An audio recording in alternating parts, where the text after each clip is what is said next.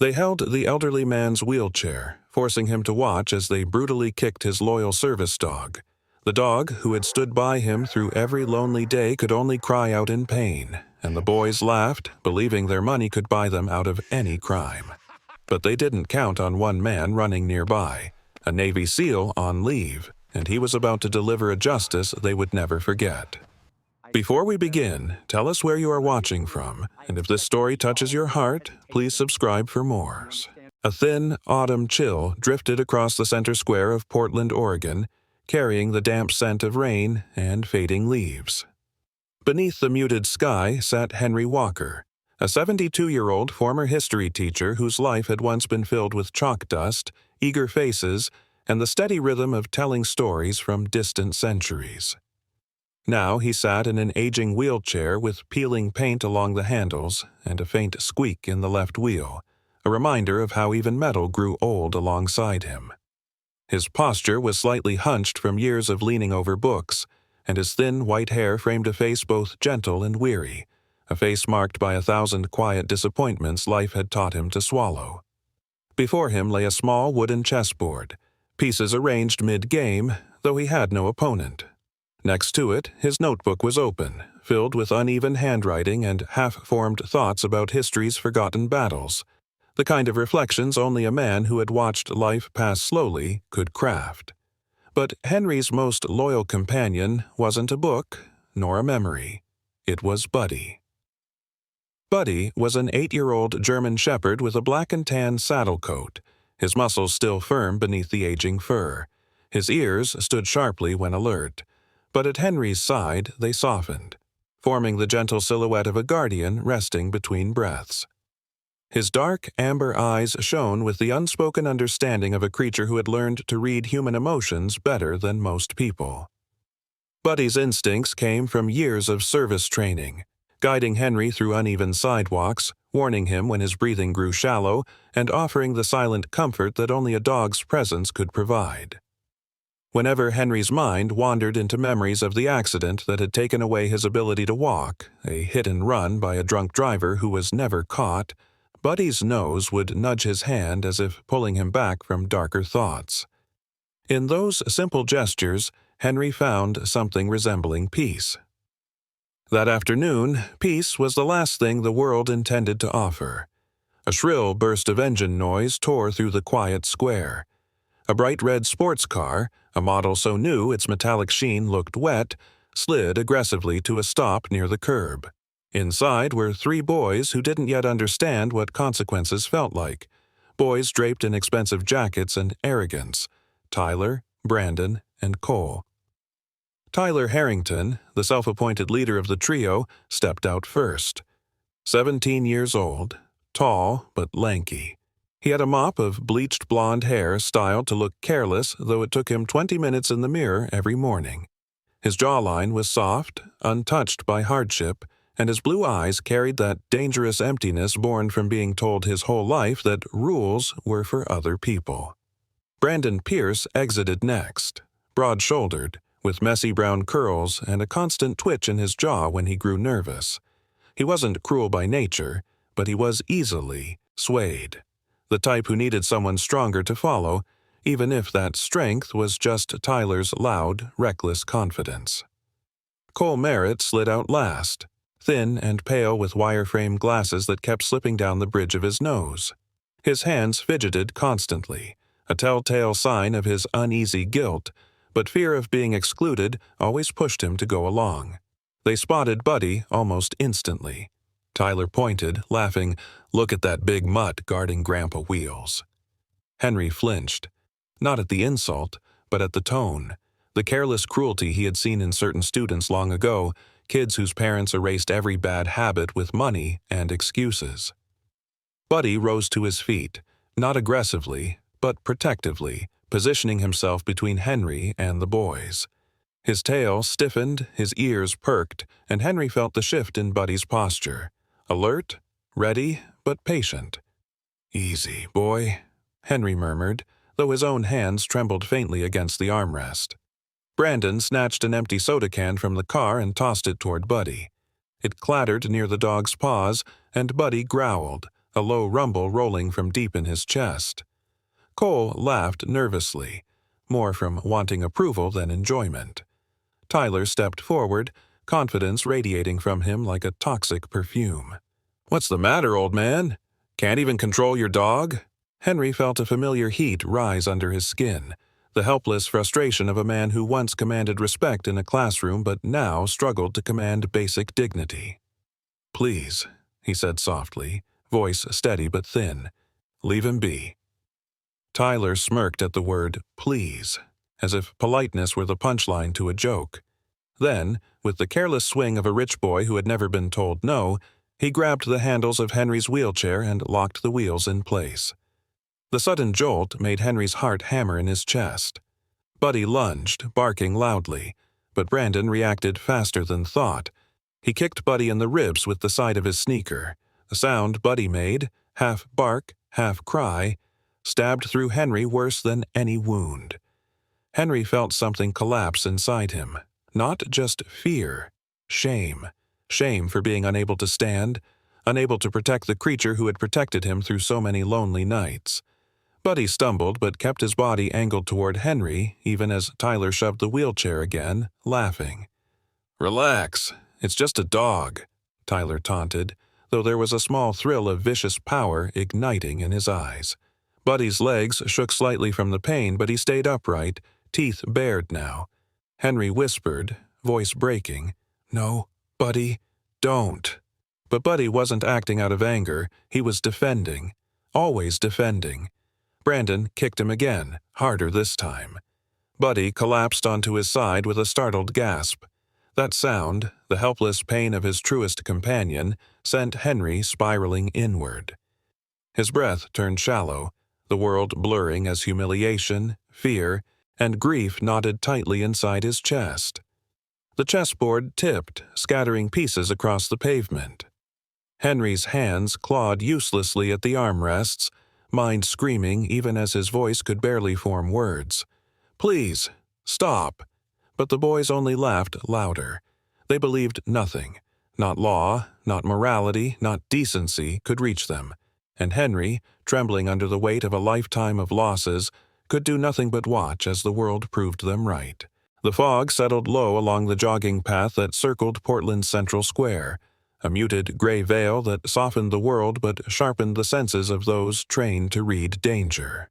Ethan Cole, 34, moved through the mist with the steady cadence of a man whose body remembered discipline, even when his mind sought rest. His tall, muscular frame cut through the cool air, each step controlled and light. His dark brown hair was kept in a short military fade, and faint stubble shadowed the hard lines of his jaw.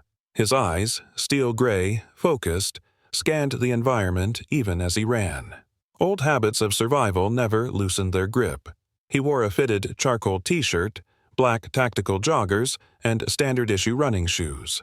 Even on leave, Ethan looked like a soldier who had stepped out of the battlefield minutes ago rather than months. He wasn't a man who relaxed easily. Not after losing 2 teammates in an ambush he replayed every night. On the outside, he moved with calm precision. Inside, he carried a storm that no amount of running could ever outrun. His breathing remained steady until a sound, raw, sharp, wrong, cut through the fog. The cry of a dog in pain. Not a bark, a wounded gasp. Then another sound, the hoarse, desperate shout of an old man. Ethan didn't think. He pivoted. The stillness inside him dissolved into pure instinct. He sprinted across the grass, the cool ground kicking back beneath his feet. His mind formed the tactical picture before his body arrived at the scene. One elderly male in a wheelchair, restrained by a youth. One German shepherd collapsed but pushing up on trembling legs. 3 aggressors, young, careless, arrogant. Single escape vehicle nearby. Threat, numbers, proximity, weak points. He assessed all of it in a heartbeat. Tyler didn't see him coming. Brandon didn't even have time to turn fully. Ethan struck with a controlled silence that came from years of learning how to remove danger before it could scream. He hooked an arm around Brandon's neck in a swift chokehold, applied pressure just enough to drop him without lasting harm, and released him to the ground. Cole barely managed a startled inhale before Ethan's knee caught him in the abdomen and sent him crumpling to the pavement. That left Tyler, tall, blond, and trembling now that reality had reasserted itself. His bravado melted at the sight of a grown man appearing out of nowhere with the cold precision of someone who had lived in places far darker than this park. Ethan stepped toward him, shoulders squared, gaze flat and unreadable. The kind of gaze that had made grown insurgents drop their weapons. Tyler stumbled backward, his sneakers scraping the concrete. The seal didn't touch him. He didn't have to. His presence alone made Tyler's breath break apart in panic. Then the bright red sports car roared to life behind him, driven by someone too scared to look back. "Go! Go!" Tyler shouted, scrambling toward the door as if chased by a phantom. The car peeled away, tires burning rubber, leaving only smoke and cowardice behind. When silence reclaimed the square, Ethan turned. Not as a predator, but as a guardian. The transformation was subtle, yet profound. His shoulders relaxed, his jaw unclenched. The lethal efficiency in his limbs softened into something gentle. He knelt beside Buddy, the German shepherd struggling to rise, ribs quivering. Buddy's thick black and tan fur was matted where the kicks had hit hardest. His ears were half-pinned in pain, but his eyes remained locked on Henry, as if apologizing for failing to protect him. Ethan reached out, voice low and steady. "Easy, pal. Let me see." Buddy didn't growl. He only leaned into the touch, knowing safety when he felt it. Ethan's fingers traced along the ribcage, noting swelling, guarding, and the way the dog didn't fully inhale. "Possible fracture," he murmured. "Not life-threatening right now." Henry, pale beneath the lines of age, tried to steady his voice. Will he be all right?" Ethan raised his eyes. For the first time he truly saw Henry, a man in a worn brown cardigan, white hair thinned at the sides, face creased not just from age but from battles fought alone. His thin hands shook on the wheelchair armrests, and his pale blue eyes, usually soft, were clouded with shame and helpless fury. Ethan's gaze softened. He's tough. Shepherds usually are, but he needs a vet. Henry nodded quickly, blinking hard, fighting tears he refused to let fall. "Thank you. I don't know what would have happened if you hadn't. Let's get him help," Ethan said gently, interrupting before gratitude could deepen Henry's humiliation. He helped lift Buddy carefully, positioning the dog's weight evenly so nothing worsened the injury. Together, they made their way to the nearest clinic. The veterinarian on duty was Dr. Karen Mills, a petite woman in her early 40s with auburn hair clipped back neatly and expressive hazel eyes. She moved with the calm competence of someone who had seen every kind of injury, fights, accidents, and the quiet cruelty humans preferred to believe animals could withstand. After a full exam and x-ray, she looked up. "His rib is fractured, but no internal bleeding. Pain meds and rest will do a lot. He's lucky he's strong." Henry exhaled a shaky breath, his entire frame relaxing as if a weight had been cut loose. But that relief lasted only minutes, because Henry, encouraged by Ethan's presence, decided to go to the police. And there, in a sterile gray building filled with fluorescent lights, his hope cracked. The officer at the front desk was Sergeant Paul Downs, a stocky man in his late 50s with thinning gray hair and a permanent crease of annoyance between his brows. His uniform strained slightly at the midsection, and his tone dripped with the impatience of someone who had long stopped caring. "Let me get this straight," Downs drawled, tapping a pen without looking up. "You're claiming 3 minors attacked your dog?" "And me," Henry clarified gently. "They held my wheelchair. They hurt Buddy. They—" "Kids will be kids," Downs cut in. His eyes flicked to Buddy's medical papers, then to Henry's wheelchair, then to Ethan standing beside him like a silent mountain of muscle and controlled fury. Downs hesitated, his expression shifting the moment Henry mentioned the names. "Tyler Harrington, Brandon Pierce, Cole Merritt." The pen stilled in his hand. His posture changed. Not respectful, but cautious. You're accusing those boys? Henry's hope thinned. I'm telling the truth, he whispered. I just want a report filed.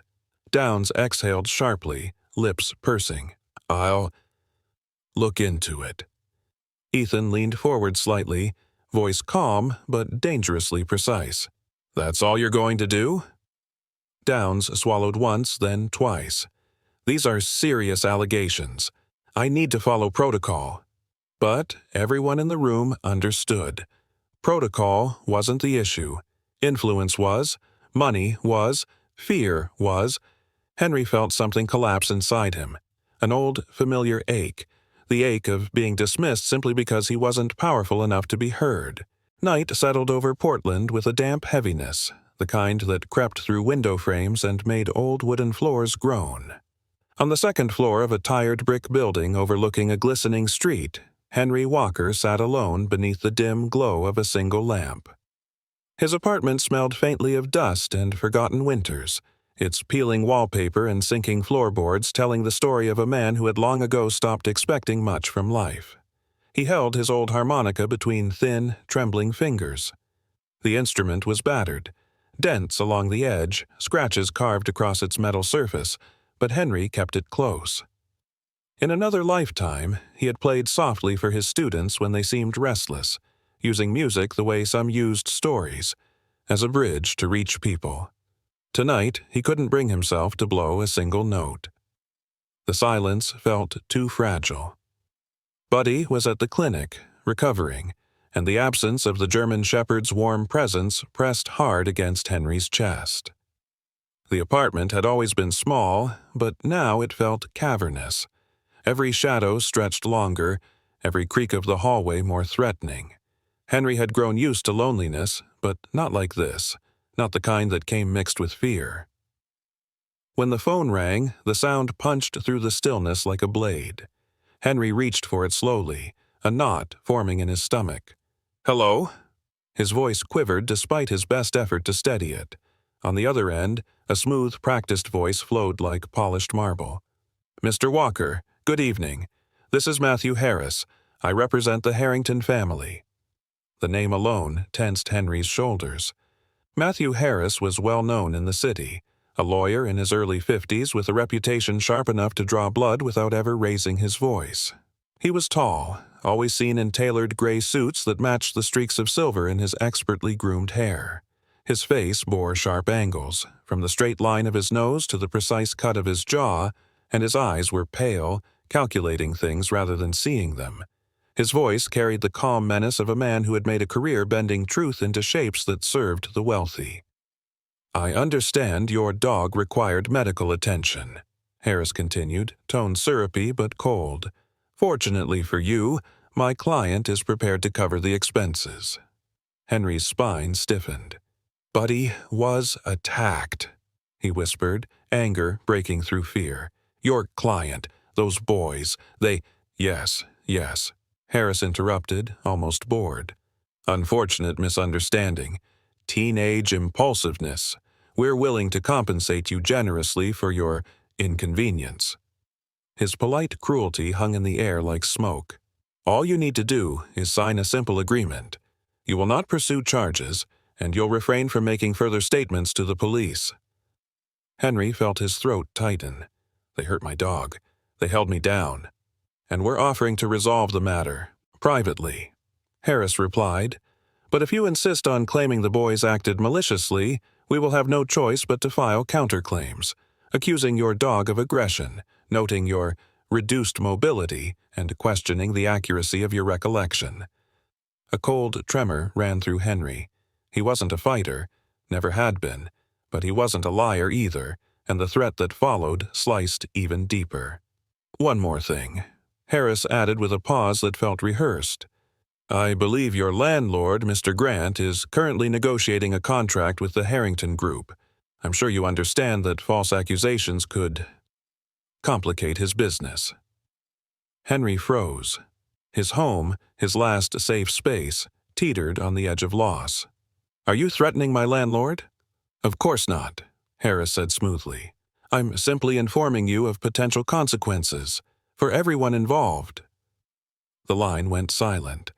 Henry slowly lowered the phone, his fingers trembling so violently he nearly dropped it.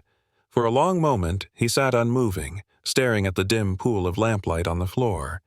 The world felt heavy around him, too heavy for one old man to carry. Then his gaze shifted to a small slip of paper tucked inside his wallet. A number, scrawled quickly in blue ink by the man who had saved Buddy's life earlier that day. Ethan Cole. Henry hesitated only a moment before dialing. When Ethan answered, his tone was casual at first, quiet, steady, but the second Henry's halting voice described the call, something in Ethan's demeanor snapped into focus. "Henry," Ethan said, voice suddenly firm, "is your door locked?" Henry swallowed. "Yes." "Windows?" "Closed." "Do you hear anyone outside?" Henry listened. "No, just the street." "Good, I'm on my way. Don't open the door for anyone." There was no doubt, no hesitation. Ethan wasn't merely offering help, he was assuming responsibility. 15 minutes later, firm footsteps echoed down the hall. A soft knock followed. "It's me," Ethan called.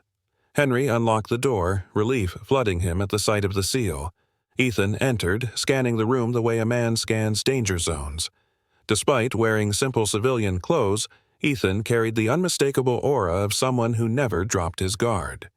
His gray eyes moved quickly across the windows, the doorframe, the shadows. Then he focused on Henry, and the soldier vanished, replaced by something gentler. "Tell me everything," Ethan said. Henry did. Every word felt like a stone being lifted from his chest. When he finished, Ethan nodded slowly, jaw tightening as he processed the situation. "They're trying to intimidate you. Standard pressure tactic. I don't know what to do." Ethan knelt beside the wheelchair so they were at eye level. "You're not alone. Not anymore." Then Ethan stood up and walked to the door. He pulled a small pouch from his backpack. Henry hadn't even noticed him carrying it, and began installing makeshift alarms. Thin lines of fishing wire near the baseboards, tiny bells, folded aluminum tabs that would crinkle loudly under pressure. "What is that?" Henry asked, half astonished. "Trip alarms," Ethan answered. "Crude but effective. I'll put more on the windows." It took 15 minutes. When he finished, the apartment had become something else. Not a fortress, but the closest thing a poor man's apartment could be to one. They shared dinner afterward, cheap pizza from the shop downstairs. Henry ate little, but the presence of another person eased the crushing loneliness. He told Ethan about his years teaching history, the joy of watching students discover new worlds, and the day a drunk driver shattered his legs and stole the life he had planned. He spoke of Buddy, how the shepherd had filled the silence the world had wrapped around him. Ethan listened without interrupting, his expression shifting between empathy and the quiet anger of a man who had seen too much unfairness. When Henry finished, Ethan leaned back and spoke in his calm, solid voice. "I've spent my life dealing with people who use power to crush the weak. I won't stand on their side, ever."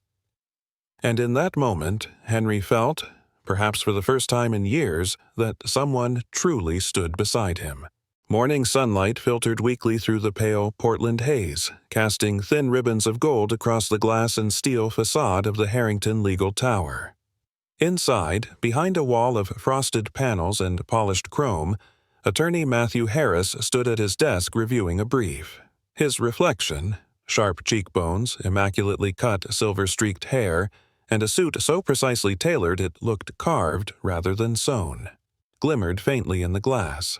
His expression remained unchanged as Tyler Harrington slouched into the office with the swagger of a boy who had never heard the word no, followed by his two satellites, Brandon Walsh and Cole Avery. Brandon, broad-shouldered with a round, perpetually flushed face, moved with a mixture of bravado and cowardice that made him twitchy. Cole, lankier, freckled, and sporting hair that never stayed where he combed it, had nervous hands that betrayed his anxiety even when he tried to smirk.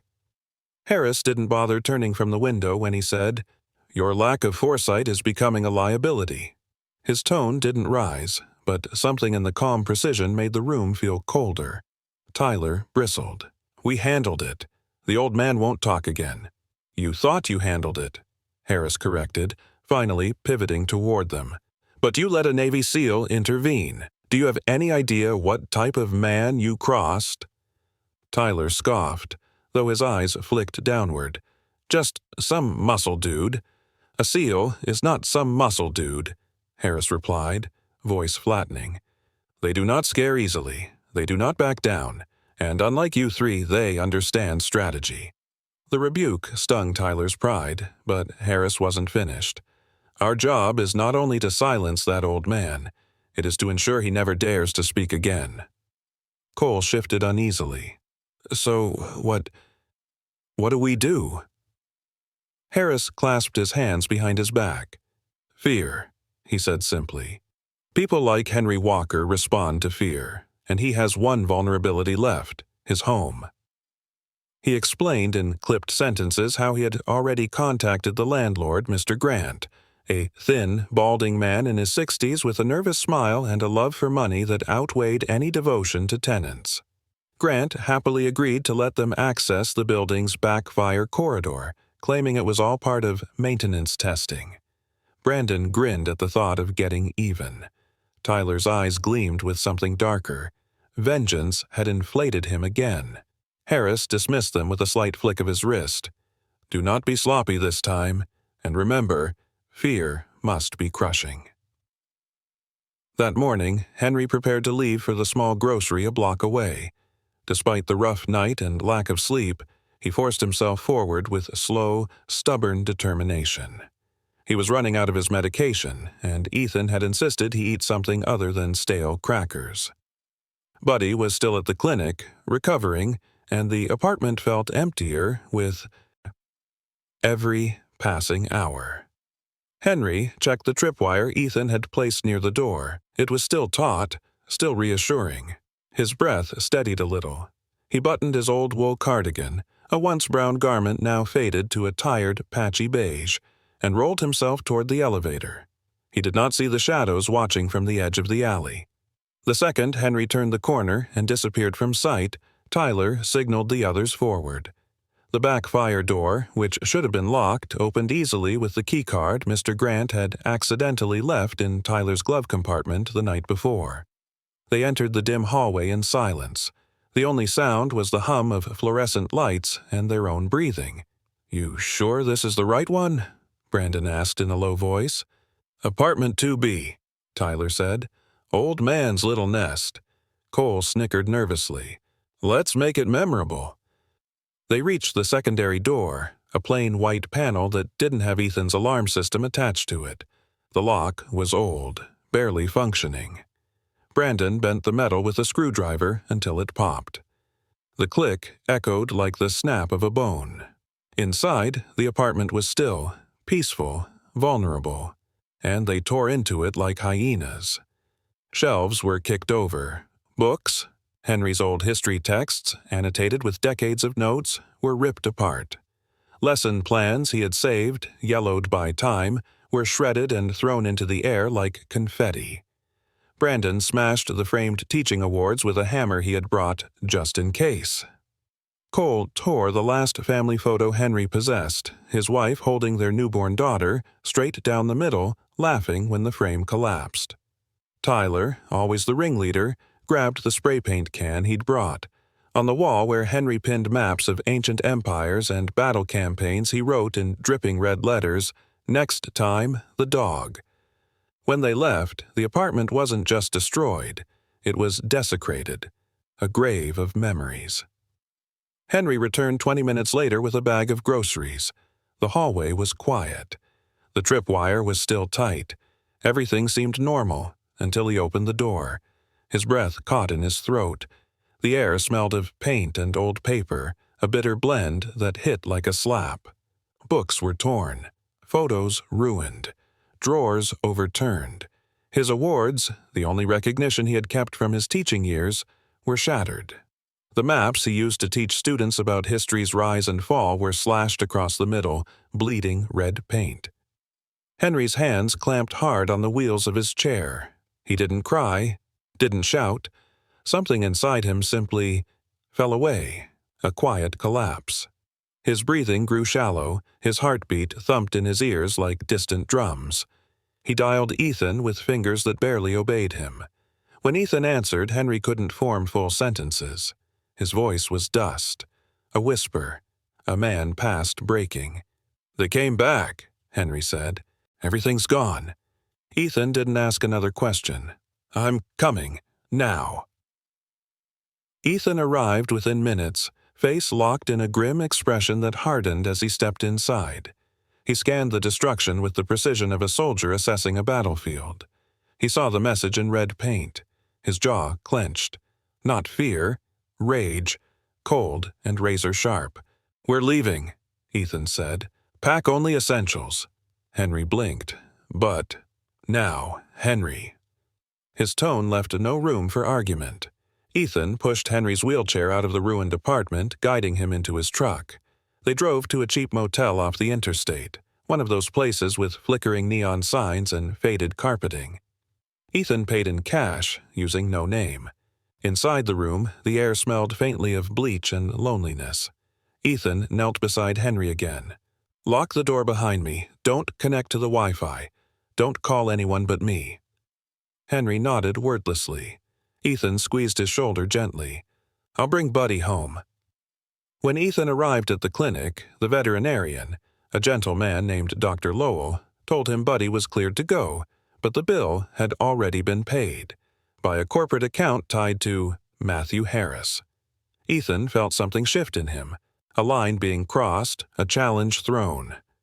"So, that's how they want to play," Ethan murmured. Buddy looked up at him, tail wagging weakly, eyes trusting. Ethan placed his palm on the dog's broad head. "All right, boy, let's finish this." And for the first time since the attack at the park, Ethan's eyes held the calm fury of a man who was done reacting and ready to hunt. Night fell over Portland like a slow curtain, the sky smudged with deep blue and drifting mist. In the ruined apartment on the second floor of the aging brick building, Ethan Cole moved with the silent precision of a man trained to navigate hostile terrain.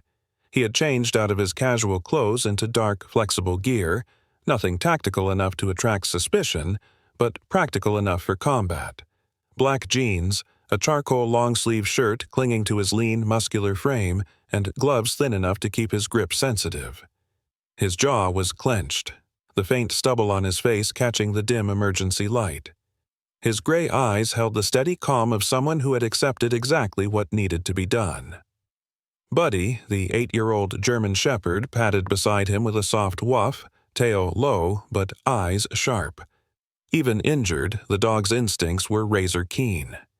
His black and tan coat gleamed faintly when he walked into the single beam of Ethan's flashlight, revealing the bandage wrapped around his ribs. Ethan knelt beside him and stroked the dog's broad head, his voice dropping into the gentle tone he rarely used. "You're not fighting tonight, Buddy. Not this one." Buddy let out a small huff, ears tilting back in reluctant agreement. Ethan led him to the back room, a small space that had once been Henry's reading nook, and placed him behind a makeshift barricade of overturned furniture. Buddy lay down obediently, brown eyes watching Ethan with complete trust. Then the soldier shut off the power. The apartment plunged into total darkness, the kind that swallowed sound and sight. Ethan's breathing slowed, syncing with the pulse of the room, with the silence he had created. He set his traps, upgraded tripwires, pressure alarms crafted from fishing line and metal tabs, and 3 small noise markers he fashioned using bottle caps and tape. He laid out zip ties within reach. He placed a burner phone on the counter. When he finally stood still, the apartment resembled a silent battlefield waiting for the enemy to step foot on it. Hours later, Ethan sat in the shadows near the far wall, one knee bent, forearm resting lightly across it. Buddy slept in the other room, but Ethan remained unmoving, eyes open, senses sharp. He listened to his own breath, slowing his heartbeat, becoming part of the darkness. Before heading here, he had tracked Tyler, Brandon, and Cole from a distance. He'd watched them swagger around a noisy bar near the riverfront. The place pulsed with neon lights and cheap beer fumes. Tyler drank excessively, slurring his words, elbowing both friends with the sloppy confidence of a boy who had never once faced consequences. Brandon, heavier and red-faced, laughed too loudly, hiding nerves behind bravado. Cole's knee bounced the entire time, fingers tapping the table, his conscience whimpering even as he followed Tyler's lead. Ethan sat across the street in his truck, directional microphone aimed subtly at their booth. Their drunken voices spilled into the earpiece, boasting about destroying the apartment, complaining about the seal who humiliated them, and finally, chillingly, plotting to grab Buddy and throw him off the Hawthorne Bridge so the old man really learns. Ethan had felt the cold flame of anger rise, but he didn't rush. He planned. And now, in the cold, hollow silence of the dark apartment, he waited. Sometime after midnight, he heard footsteps in the back corridor. Clumsy, whispering, the sound of overconfident boys stepping into a world they did not understand. The lock on the fire door clicked. The shuffling grew louder. Tyler was first through the secondary entrance, holding his phone like a torch, its bright screen slicing across the black. His blonde hair glowed faintly in the light's halo, framing a face twisted with smug anger. Brandon lumbered behind him, his breath loud and uneven. Cole came last, thin frame huddled into himself, eyes darting in nervous flickers. "Spread out," Tyler hissed. "Old man's not here. Dog's somewhere. Grab it fast." The second their phones lit up, Ethan had them. The beams made them easy targets. Tyler moved left. Ethan ghosted behind him, rising out of the shadows. His forearm wrapped around Tyler's throat, not enough to choke him unconscious, but enough to stun him. With a smooth pivot, Ethan wrenched Tyler's arm behind his back and zip-tied his wrists before the boy even processed what was happening. Tyler dropped to his knees with a choked gasp. Brandon turned at the sound, swinging his phone like a weapon. Ethan crossed the room in 2 silent steps, grabbed Brandon's wrist, twisted, and swept his legs. The heavy boy collapsed to the floor with a panicked wheeze. A knee in the spine, a quick tie, and Brandon was immobile, whimpering, shocked at how easily the world flipped on him. Cole stepped backward until his shoulders hit the wall, phone trembling in his hand. "Who's there? Tyler? Brandon? Stop messing around." Ethan's hand closed over his mouth from behind. Cole froze. "Easy," Ethan whispered, voice low enough to melt into the dark. "Don't fight it." Cole didn't. He crumpled. The ties clicked shut around his wrists. Only then did Ethan flip the breaker. A sharp buzz. Then the apartment flooded with harsh white light. The 3 boys blinked violently, faces pale and raw. Tyler's jaw hung open. Brandon shook uncontrollably. Cole looked like he might faint. On the wall behind them, the red letters they themselves had left, "Next time, the dog," glared back at them like an accusation carved in blood. Ethan stood before them, expression blank, controlled. He took out the burner phone, drew his folding blade across his own forearm, just enough to bleed, and pressed 911. "This is Ethan Cole," he said, breathing hard. "3 intruders broke into the home of a disabled man. I defended myself and subdued them. 1 had a knife. I'm injured. Send units." 5 minutes later, police arrived, this time led by Sergeant Elena Reeves, a woman in her 40s with sharp dark eyes, copper-brown skin, and her black hair tied in a tight bun. She had a reputation for being stubbornly honest in a city where many officers had learned to bow to money. She surveyed the scene, the shattered apartment, the red message on the wall, the broken secondary lock, the 3 bound boys, and Ethan standing injured but steady. Her gaze sharpened. She knew exactly what she was seeing. "Boys," she said, voice razor calm, "you're under arrest." Tyler began to scream about lawyers, money, influence. She didn't flinch. "Save it for the judge." Near dawn, Ethan returned to the motel. The parking lot was silent except for a rusted neon sign buzzing weakly. He used the key, stepped inside. Henry was sitting awake in his wheelchair, eyes weary but alert. Buddy lay curled at his feet, tail thumping softly when Ethan entered. "It's done," Ethan said quietly. "They're in custody." Henry's exhale was shaky, like releasing a weight he had carried for years. He reached out. Ethan clasped the old man's hand. The wrinkled, spotted skin pressed against Ethan's scarred knuckles felt like a passing of something. Gratitude, relief, dignity reclaimed. Buddy nudged Ethan's wrist, then rested his head on Henry's footplate. In that faded motel room, something fragile but powerful settled over them. A victory not just of strength, but of justice. In the end, this story reminds us that even in a world where power is bought and cruelty spreads easily, there are moments when something greater moves quietly through ordinary people, like a small miracle placed by God in the path of those who feel forgotten. Sometimes His protection arrives in the form of a loyal dog, an old man's unbroken spirit, or a soldier who appears at the exact moment he is needed most. And in our daily lives, we are invited to become part of that same grace, to defend the vulnerable, to speak up when silence feels easier, and to believe that goodness can still rise against injustice. If this story touched your heart, share it with someone who might need courage today. Leave a comment with your thoughts, subscribe to the channel to help us spread more inspiring stories, and may God bless you and your family, keep you safe, guide your steps, and place His gentle shield over all who choose kindness in a world that desperately needs it.